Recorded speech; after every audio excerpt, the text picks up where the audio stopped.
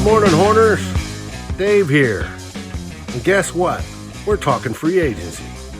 So far to date, the Vikings have re-signed C.J. Ham, Amir Abdullah, Matt Wile, Dan Bailey, and of course Anthony Barr. They've also tendered Anthony Harris and Rashod Hill. Our biggest signing to date is Shamar Stephen, the once Viking, then went off to Seattle to play a year, now back, reuniting that defense from 2017. Our biggest loss so far is Sheldon Richardson. We wish the big man well. Now, for the rest of the discussion, enjoy the show. I looked over all of our free agents. Took me like 30 seconds.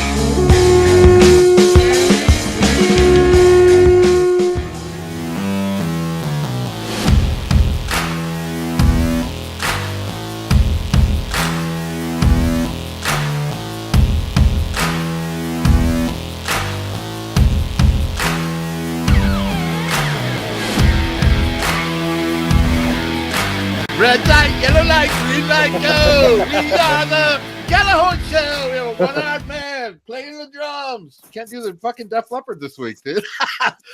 Good morning, Gjallarhorn. We're here. Dave, Drew, and Ted.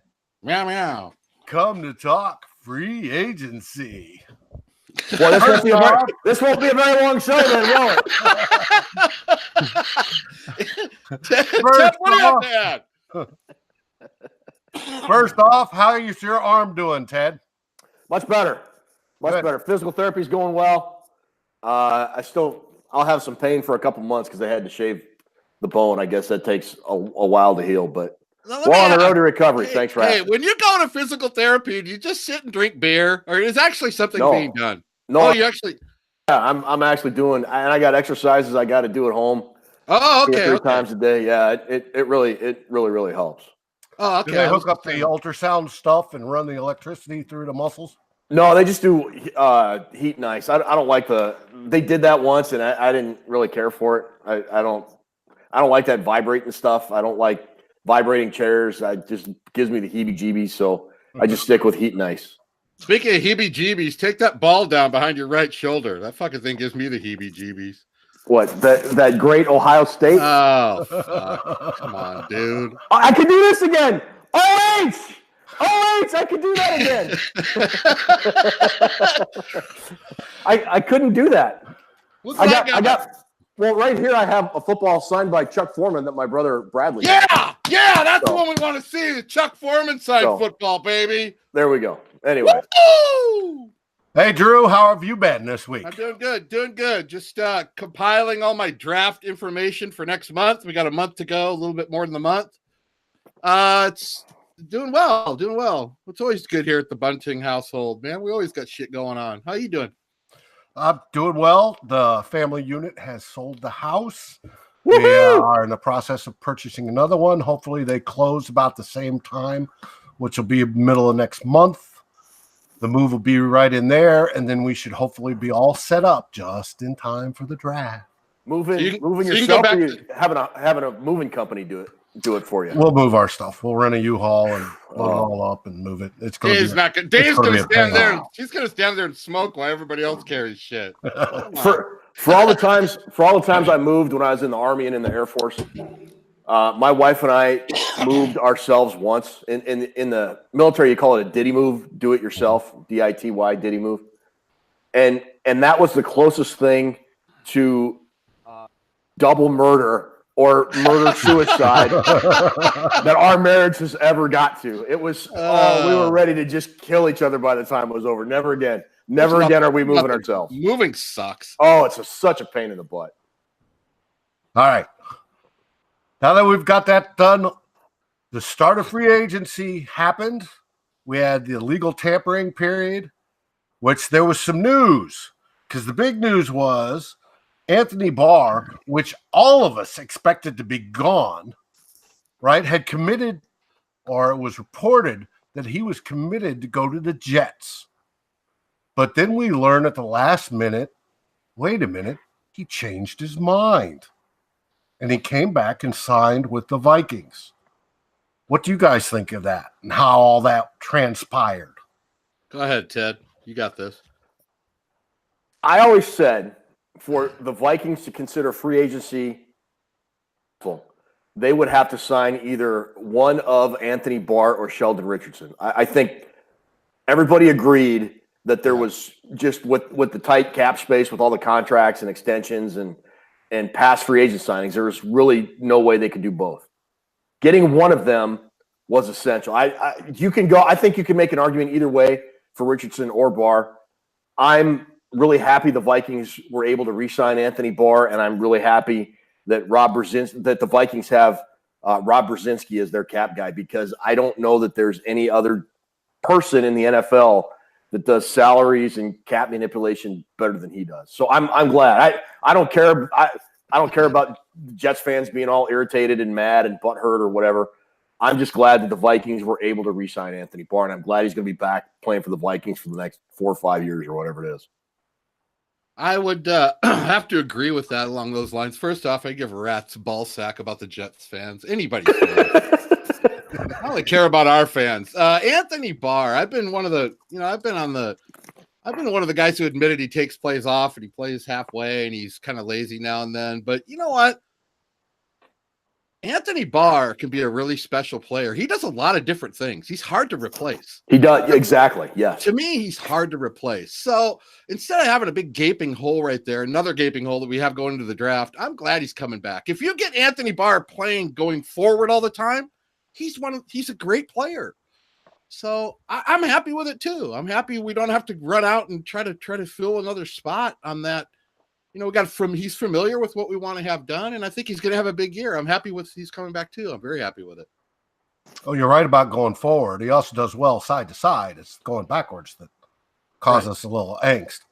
But I'm wondering if Zim plans on adjusting the defense a little bit more so he can get more involved in that pass rush, because part of his contract, part of the escalators in it, deals with sacks. You know, and that everybody was under speculation at that point in time. The Vikings had been talking to Everson Griffin saying, hey, we need to renegotiate your contract or you're going to be gone, basically. And Everson, the word was, he was saying, no, I'm not touching it. And we thought, well, at least we have Barr to step in on that side if necessary. But even if not necessary, that extra added shuffle it from anywhere behind the line to rush should be a good thing. But as we do know, Everson Griffin did renegotiate and cut his cap hit down a bit. What do you guys think of that? I think first off, I don't think Barr is an every down defensive end, natural defensive end. I don't think that would have worked. I absolutely agree 100%. I think they will use him a little differently. I hope they do, because they need to get him out of the role he's in and kind of finalize what they need him to do. He could be a much better player, but he's not going to come in and play defensive end and hand in the dirt every down. But he can't handle the tackles the way he can. But if you move him from gap to gap, whether it be the A gap or the B gap or whatever gap, and you're making the offensive line question, is he coming or is he not coming? That's I think the pot. You put him there now and then. Kind of Barr is your X factor. You want to line him up at different spots, but the point is to keep him going forward all the time. When he starts retreating, he's not the player he is. But last time we did a show, one of the things we all talked about, and Ted had mentioned the players, and I think you had mentioned the money that went along with the players that Ted mentioned. We were going to get rid of like 4 guys and maybe be around $25 million in cap space. That was kind of what we thought was going to happen. Correct. And that hasn't happened. So none of us thought Griffin was staying. I don't think Zimmer wants to lose all of his defensive players. I think this is his season to say, come hell or high water, I'm going to go get it done or flop on my ass with my guys. So I don't know. I'm kind of thinking I'm much happier with Barr coming back than I am with Griffin. I'm kind of hesitant on Griffin, guys. I don't know what kind of player he still is. But I can go both ways on Griffin, either leaving or coming back. Guy's been a great player for the Vikings for a long time, the emotional leader, and has been a great representative of the Minnesota Vikings. Sure. Here's my thing with Griffin, and this is why I was thinking that they would let him go. We're 30 now. He's been injured at least 50% of the season or more for the last 2 years. 2017, he had that plantar fasciitis and wasn't nearly effective the last half of 2017. And then he had his mental health issues last year. When he came back, I didn't think he was really all that great. That $10 million. Now, if everybody was saying, well, cut Griffin and go sign a top offensive lineman. That wasn't going to happen. Just getting an extra $10 million in cap space wasn't going to get you a top offensive lineman, but it was going to get you room to maneuver to get a guy like Kevin Wisniewski is a guy that I'm hearing the Vikings are interested in, or they could have gotten Nick Easton re-signed right away, or they could have gone after a kicker, or they could have gone after a potential third wide receiver.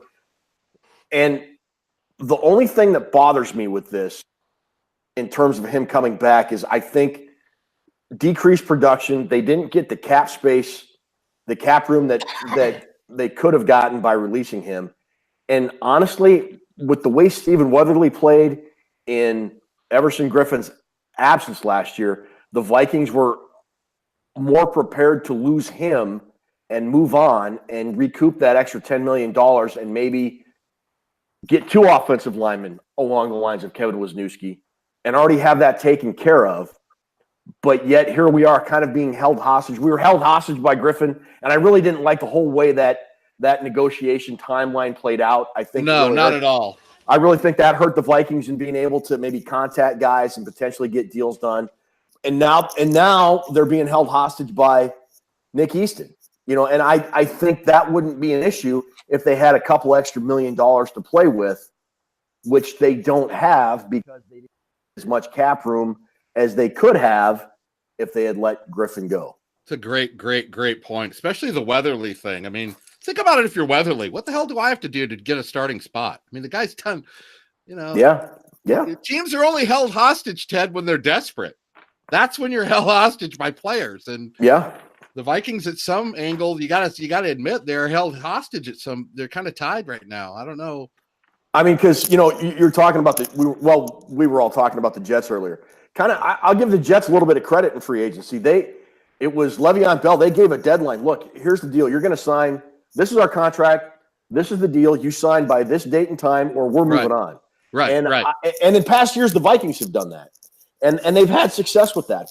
But now this year they can't. They sort of have to be beholden to the player because they are so tied up against the salary cap because of I'm not going to say it's cap.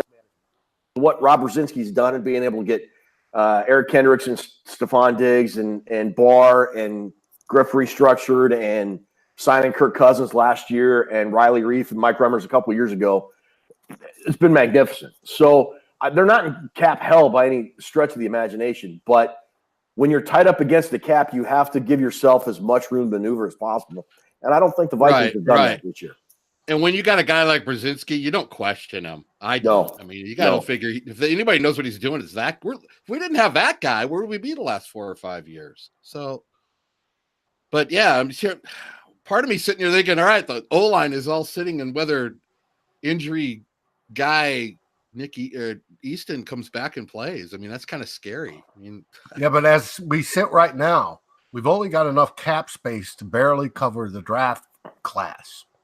So even if we re-sign Nick Easton, who very well could go to the Saints because Unger retired, and they may up that bid, or some other teams. There's more than other, just us and the Saints that are involved in the Easton stuff. We're still got to free up some money. Yeah. None of the guys that we talked about last show, Griffin, Waynes, Rudy, and Barr. Those are the 4 we mentioned. None of those guys are gone. So none of it has happened the way we said, which goes to show we don't really know what we're doing here. But You know. Well, no, it's what's being reported. There's multiple teams that are supposedly interested in either Rhodes or Waynes.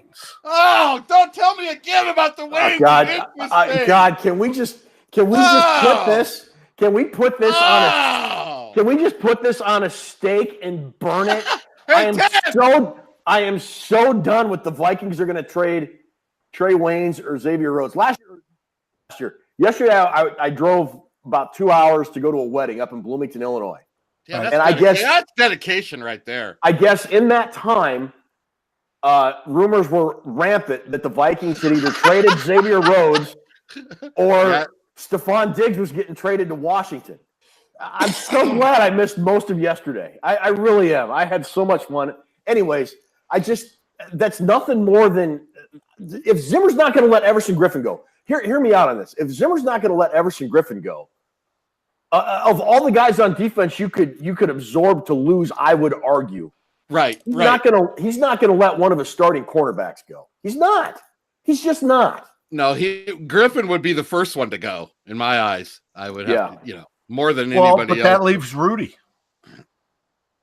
Rudy's offense. Zimmer doesn't care about him. Let him go.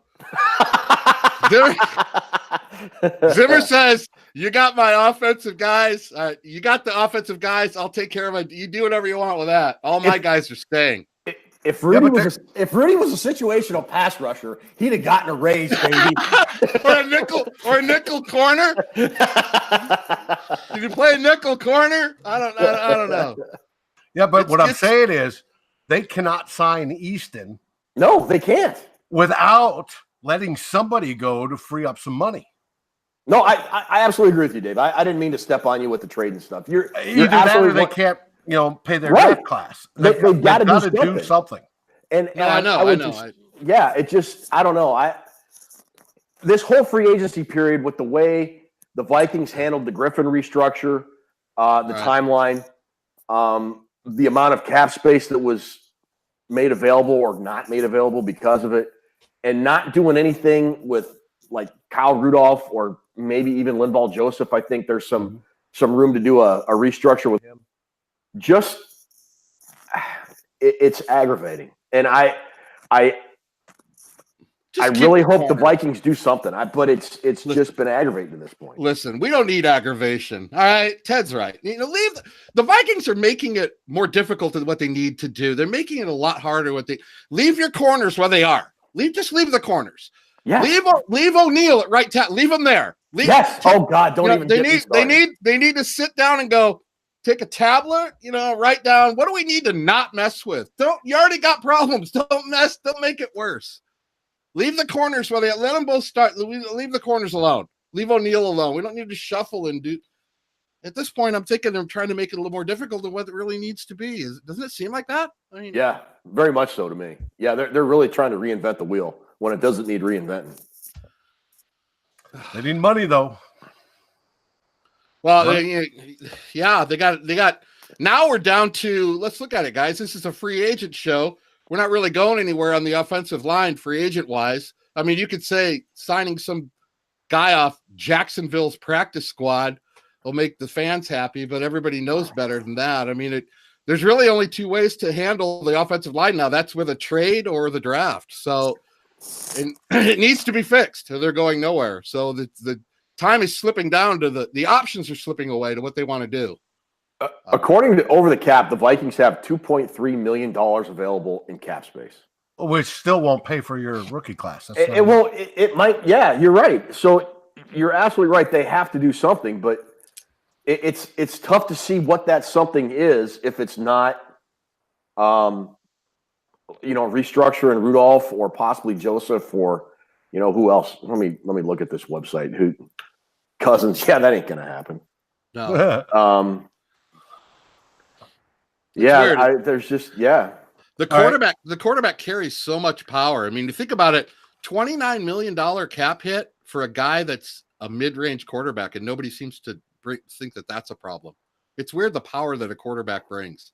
Yeah, with them, it's very strange. I mean, other players get called out for a lot less. I mean, for $29 million cap hit, you figure you got a top 5 guy. Yeah, but they played the market. the market was slim. Oh, so I that agree. raises the price of what was available. And that's my whole. Yeah, I agree. That's kind of my whole point is that the quarterback gets away with it a lot more than everybody else does. But they're running out of options to fix the O-line. The O-line has to be fixed, guys. Well, there's reported besides Easton the Vikings want to re-sign. There's also interest in Josh Kline, and as Ted said earlier, Stephen Brzezinski. Does that fix it though, or is that going to get Remmers? I mean, there's a difference of fixing the offensive line. It doesn't fix it, but it gives the Vikings more options and more competition. I would much rather they sign a couple free agent guards and draft a free agent guard and shuffle those guys through OTAs and training camp and come up with the best starting combination than to go through with the proposed, Drew, you mentioned it earlier, go through with the proposed shuffling Brian O'Neill tackle to left tackle, kicking Riley Reef inside the left guard, putting Dr. Who at right tackle. I don't friggin' know at this point.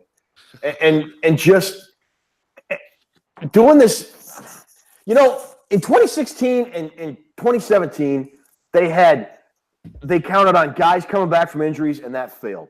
Then they tried shuffling guys around, and the only guy they've shuffled around that's had any success in recent years has been Joe Berger. Everything else has been a miserable failure. And now they're trying to do a combination of both, maybe. I just think it's doing the same thing. It is doing the same thing. And trying to expect a different result. I don't think they will. Here's what I think. Now, Rick Dennison's been here a while. What, a couple months? Yeah. He looked over the list and went, all right. He went in and sat. They looked over his list, went over the players, went and sat down with Zimmer, and he said, listen, Mike, this group you gave me is pretty shoddy. I got to do something with this group. I mean, you got Elflein, who's got potential. You got O'Neill, and everything else is kind of like shoddy. And Zimmer shrugs his shoulder and says, you know what? I'm the defensive guy. You got to go to Kubiak. You got to figure that out with somebody else. That's kind of how I feel. Hopefully somebody like Dennison could sit and talk sense into people saying, we need to address this, you guys, because it hasn't been addressed. Like Ted says, the last few years, it's been doing the same shit, trying to put a Band-Aid over it. It's like, so I'm hoping he has some say in it, because if you sit down and look at the offensive line, it's not very talented to a man. It's not. It needs to be improved. I would argue they've got league average guys at Brian O'Neill and Riley Reef on your tackles. I think Pat Elflein, and we've talked about this before, I think his injuries last year, he had a hard time playing at a high level because of all the rehab he had to do as opposed to getting ready for the season. So I'm willing to give him one more shot. And let's not forget, Collar said this on his show that I think it was him. You're only as good as the guys you line up next to. Look who Elflein had to line up next to on either side of him. That plays part into it. That plays a big part into it. You're lining up next to a really, really good guard on either side. It makes a difference to what a center has to do. It does. So in the Army, we had this saying. It was called "Keep it simple, stupid." Meow meow. And everybody uses it. Everybody says it. And I think the Vikings are just making things too complicated by a half if they're looking to shuffle guys around. I think you've got good anchor points in Reef and O'Neill, your left tackle and a right tackle. I think Elflein is a good anchor point at center. Just don't get cute. Draft guards. Sign guards Rick Dennison thinks can work in his zone blocking concepts and schemes and go from there. I think they will get a lot better result if that happens, but that's just me. You almost got to go there the first 2 rounds now. I mean, I know it's tempting to take that defensive lineman they want to have, but everything is screaming offensive line the first couple picks. You don't need to now with re-signing Griffin. Well, speaking of defensive line, the re-signing, or actually after he was gone a year, is Stefan. Oh, Drew, yeah. you said you did your research on that. Yeah. Tell us about our big free agent signing, Drew. The only one. I didn't do a bunch of research on it. I was kind of sticking it. I've been doing a bunch of draft research. I just got done with all my offensive guys. I don't know. I mean, I know he was really good when he played with the Vikings last time, and I was kind of bummed to see him go. But if you're trading him off for Sheldon Richardson, you're having a drop off. That's for sure. But yeah, hopefully he can he can step it up. I'm pretty sure. I know he can play. I want to see if our draft pick from Iowa from a few years back, was it 2 or 3 years ago, the 3rd or 4th round pick, Jaleel Johnson. Jaleel? Not Jaleel White. That would be Urkel. I think we're strictly talking Jaleel Johnson. I would like to see if he can. That's the guy that's going to fill it. I think if he can get it done. I mean, he's ready to start now, isn't he? I mean, we draft everybody and develop him for 2 years, so he's ready, right? Yeah, he should be. He should compete first. Along with Danny Isadora, he's ready too, right? No. Danny Isadora, also known as the only guard currently on the Minnesota Vikings roster. Avante Collins is there, but he also plays. He's officially listed as a tackle. Here it is. Hey, Zimmer, we only have one guard. That's how he can. Hey, it's my defense. You guys take care of that shit. That's why Kubiak's here. You guys figure that shit out. Yeah. I'm keeping my defensive players, baby. It's fine. I don't care. I want it fixed. But with Shamar Stephen, 2 years ago, we had a better run defense than we had last year. So hopefully that improves with him being there as well. How long Jaleel stepped up? Did we draft him? Is he a draft pick of ours? Stephen? Yeah. Yeah, 2014. Yeah. He was in the 2014 draft. Oh, he's still relatively young then. He was like the 6th or he was a late round pick, 6th or 7th. I'd have to look it up, but yeah. 7th rounder that worked out? Well, he was late. Yeah, the only reason I remember is because when it looked like Barr was going to sign with the Jets, I looked back at that 2014 class and was going to do a post on it. I'd actually started writing it, because it had Teddy Bridgewater and Barr and so much hope and promise. It was all gone. It was like this dark, depressing, kind of like Doors song. And then lo and behold, I wake up and Barr's back. So my only friend, the end. This is the end. Yeah, I could see you sitting down, getting ready to write your end post. That's pretty funny. Oh God, Drew, you've been working on your pre-draft stuff. Yeah, hey, we're gonna have like 4 shows before the draft, right? Oh, hopefully. Well, what I was thinking is we could take one positional group each show and kind of break them down a little bit. Well, I have to do more than one group per show. I'm a lackey. You guys are the bigwigs that run it, so I will just leave it up to you. But I've done all my offensive guys and I've done the defensive tackles, but I got the rest of the defense to work on. So, and have you looked at kickers, Dave? Hey, they need one. Don't have room for it, but they need one. Let me see. Well, here's a guy from Baloney Tech. He didn't miss any field goals from 20 yards or in. Get him. Let's trade up and get him in the 3rd round. No, I haven't looked at kickers. To answer the question, no. I don't think you draft a kicker. I think you go undrafted free agent. I agree. That's where they all end up. I mean, there's like 20 or 30 kickers on a list. Like 2 get drafted, the rest go to undrafted free agency. Just go through all those guys after the draft. Don't waste and the drafted ones have mental breakdowns halfway through the season. Don't waste a pick on a kicker. Come on, only a moron would do that. Wait. No, but I've done all my offensive guys. I got that ready, and there's a lot to chew on with the offensive line, guys. A lot of 2-position guys. There's a lot of ways the Vikings can go at 18. Are we still planning on doing the live show on for the first round? Yes. We better be. I want to. All right. I got my Kline Saucer jersey in the mail yesterday. I want to wear that. I'm going to wear that. I'm wearing that for the draft. So nice. I would love to do a first round draft show. So Todd.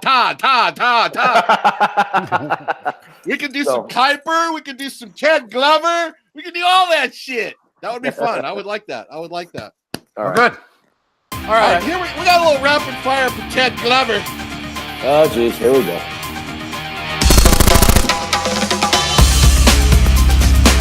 Here we go with the rapid fire for Ted Glover. Dave, can you do the timer for me? We'll go with 1:30 on the clock. Okay. I got to answer all these questions in 1:30. Well, yeah, I went over the list with Ruby, and she says I'd make it a 2-minute clock, and I said it's Ted. We'll go with 1:30. All right, let's go. Let's go. Hold on. Let me set the clock. No, these aren't all Vikings questions now. It's gonna. Oh. Okay, this is gonna test your intestinal fortitude. Oh, geez. Your toughness. It's gonna especially test your brain. Can I pass and come back to it later if I need to? Yes, you can pass and go back to it later. It's going to it's going to be a test of your brain and your mind at the same time. Are you want like 1 or 2 word answers? What are the ground? No, just answer it. Just okay. There'll be obvious answers. Okay. There'll be obvious answers. But you have 11 questions in a minute 30. I'll give you 2 minutes if you want the 2 minutes. That's fine. Give me a minute 30. Okay. Dave's doing the timer. You ready, got 11 Dave? questions? Yeah, we're ready. If you land these 11 questions, you get the big bonus question, which will pay off in a big prize. But you got to get the first 11. The timer will start at the end of my first question. All right, I'm ready. Rapid fire for Ted Glover. This is going to be the highlight of the show. Ready? Let's go. Number 1. What were the character names of both Tim Robbins and Morgan Freeman in Shawshank? Andy Dufresne and Red. No, that's not it. Andy Dufresne, pass. If you added Dante Culpepper's number and Christian Ponder's uniform number together, what would you get? 18. Where did Harrison Smith and Kyle Rudolph go to school? Notre Dame. Impressive. Give me the last 5 presidents of the United States. Doesn't have to be in order. Trump, Obama, George W. Bush, Clinton, George H.W. Bush. Boom! Name 2 songs from the band Heart. Never. Pass. Who wore the Wizinator? Ontario Smith.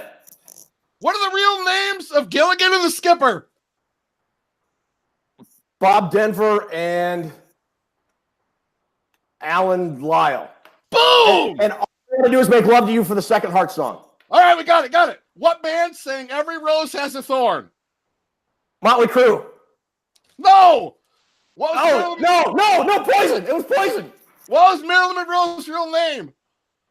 Norman Jean Castleberry. That's what team did AP break the single game rushing mark against? San Diego Chargers. Correct. Who played the character of Brooks in Shawshank Redemption? Time's up. Oh! No, you get to answer it because I asked it. But you have to answer Hal it. Holbrook. No, it wasn't Hal Holbrook. No, it wasn't Hal Holbrook. It was. Damn you! No, you got them all. Come on, Ohio State. Fuck. But it was Andy Dufresne and Red, right? It was Andy Dufresne and Red. Yeah, Red Redding. Red Redding is actually, but you didn't need the last name. You just needed Red. Okay. James Whitmore. Oh, that's it. Doggone it. You know what? I'm gonna give you the bonus question anyway because I want to see if you can answer it. All right.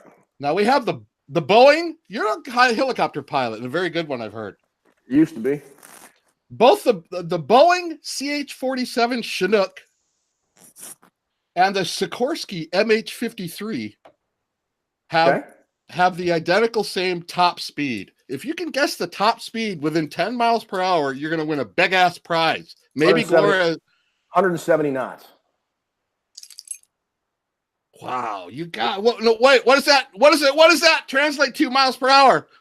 I don't know. I don't care. It's 170 knots. You got it. 170 knots. That is dead on. You win. Ted wins it all.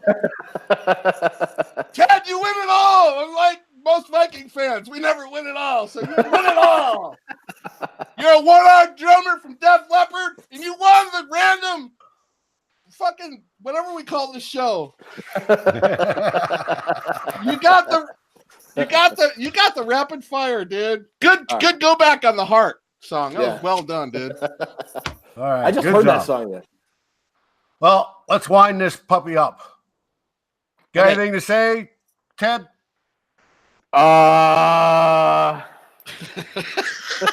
Doing anything over on Daily Norseman? I haven't in a couple days. I plan to do another mock draft, roll one out first part of this week. What'll that be? 4 or 5? I think I'm at 5 now. I don't know once I do this one. Don't be picking no Hawkinson at 18, or you're gonna get a big comment from me. I'm gonna draft nothing but Ohio State offensive linemen in one draft. They lose their mind. I don't know. I've been learning a lot about Ohio State doing this draft research. Really? Get this: Haskins, Isaiah Prince, Paris Campbell, Michael Jordan. Michael Jordan, the center, who also plays guard. Tall ass dude. Terry McLaurin. Those are guys that should be giving you nightmares for the rest of your life as much as they punked Michigan the last. I did my draft. I got 7 draft charts done. It has like 4 or 5 Ohio State guys and 1 Michigan guy. So fuck. But you know me. I don't do a heart. I don't go with my heart. I go with what the brain says. Yep. I go meow meow Viking pal. All right. Goal, everybody, and we'll see you soon.